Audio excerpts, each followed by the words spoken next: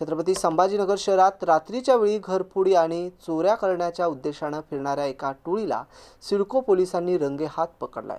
MGM gate क्रमांक 1 जवळ मध्यरात्रीच्या सुमारास ही कारवाई करण्यात आली असून आरोपीकडून धारदार शस्त्र जप्त करण्यात आले आहे।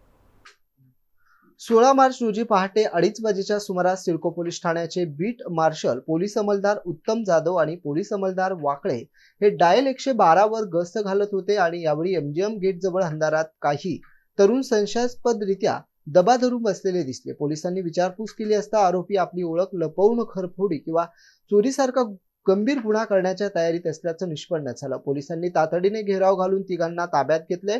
शेख जुनेश, शेख वाहिद, शेख जावेद, शेख करीम, नजीर खान, रहीम खान अशी आरोपींची नावे, तर आरोपींकडून एक धारदार चाकू हस्तगत करण्यात आलाय। पोलीस आयुक्तांच्या जमावबंदी आदेशाचं उल्लंघन केल्याप्रकरणी आणि चोरीच्या उद्देशाने वावरत असल्यामुळे आरोपी विरुद्ध सिडको पोलीस ठाण्यात गुन्हा दाखल करण्यात आलाय। सध्या या प्रकरणाचा पुढील तपास पोलीस निरीक्षक यांच्या मार्गदर्शनाखाली पोलीस हवालदार जोमध्ये करत आहेत। या कारवाईमुळे परिसरात होणाऱ्या संभाव्य चोऱ्यांना आळा बसलाय।